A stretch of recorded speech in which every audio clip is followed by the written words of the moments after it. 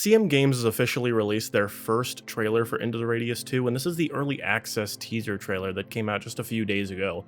Now, for me, I'm super excited about this game, but there's actually a lot going on in this trailer, and there's going to be some speculation here as well, so I kind of want to break this down and go over what we can probably expect this summer with the release of early access.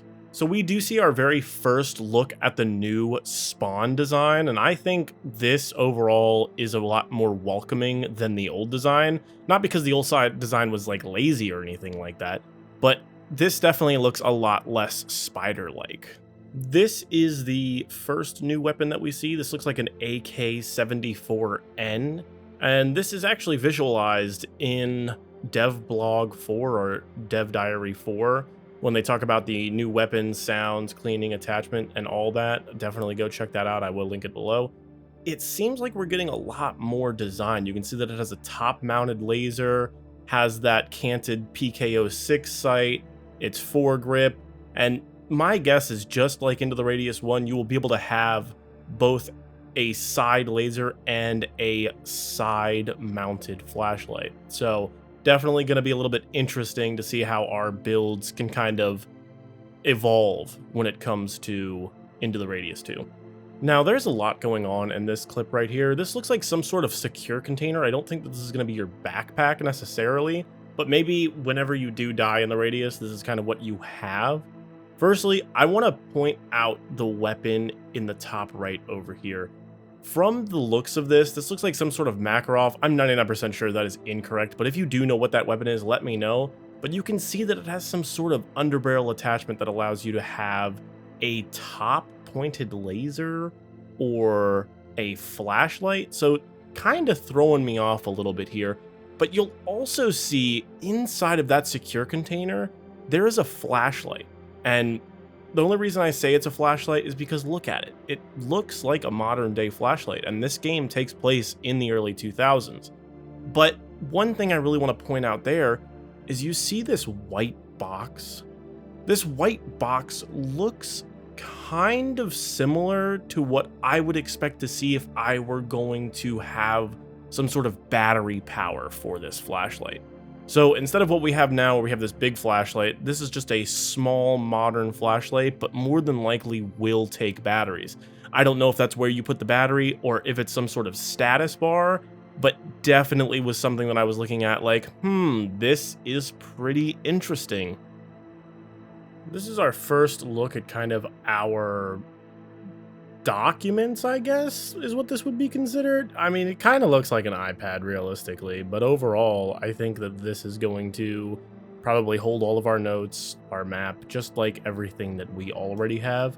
And it looks like maybe we have some sort of new recording device in the top right. Not really sure if that's going to play tapes or how that's going to deliver anything to us, but I do hope that tapes or some sort of audio are brought back for Into the Radius 2. I am going to play this a few different times. You can see this kind of cluster anomaly, I believe, is what it would be considered. And I feel like these are going to be a little bit dangerous to get around realistically, but it's definitely an interesting concept. You can see here that next to your player's compass, there's a weight icon. It is green at this time, and just like you would have whenever you pull your backpack off and Into the Radius 1, you'll have that green, orange, yellow, red, all of those.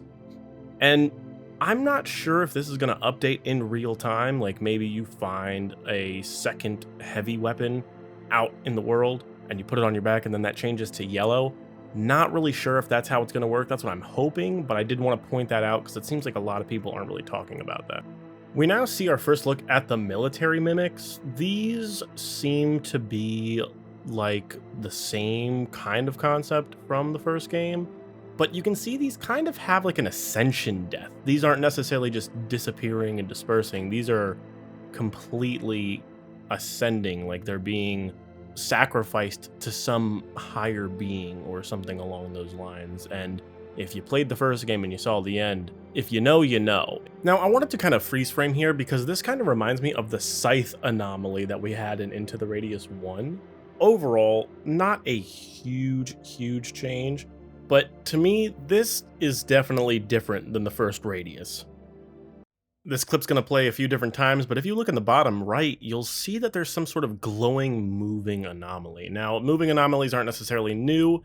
However, since we only had the gas anomaly that really moved within Into the Radius 1, this seems like we're going to have many different moving anomalies. And they do talk about this in one of the dev updates. I believe it was Dev Diary 5, where they talked about some of the new anomalies and how they're going to work. So this has to be one of those new ones, and it definitely is more interesting to me that we could have something like this that is going to be constantly moving, whether that be in a pattern or kind of just randomly. So definitely excited to see what they have in store for us when it comes to these anomalies. So let me know in the comments below, are you excited for Into the Radius 2? And if so, what are you most excited about?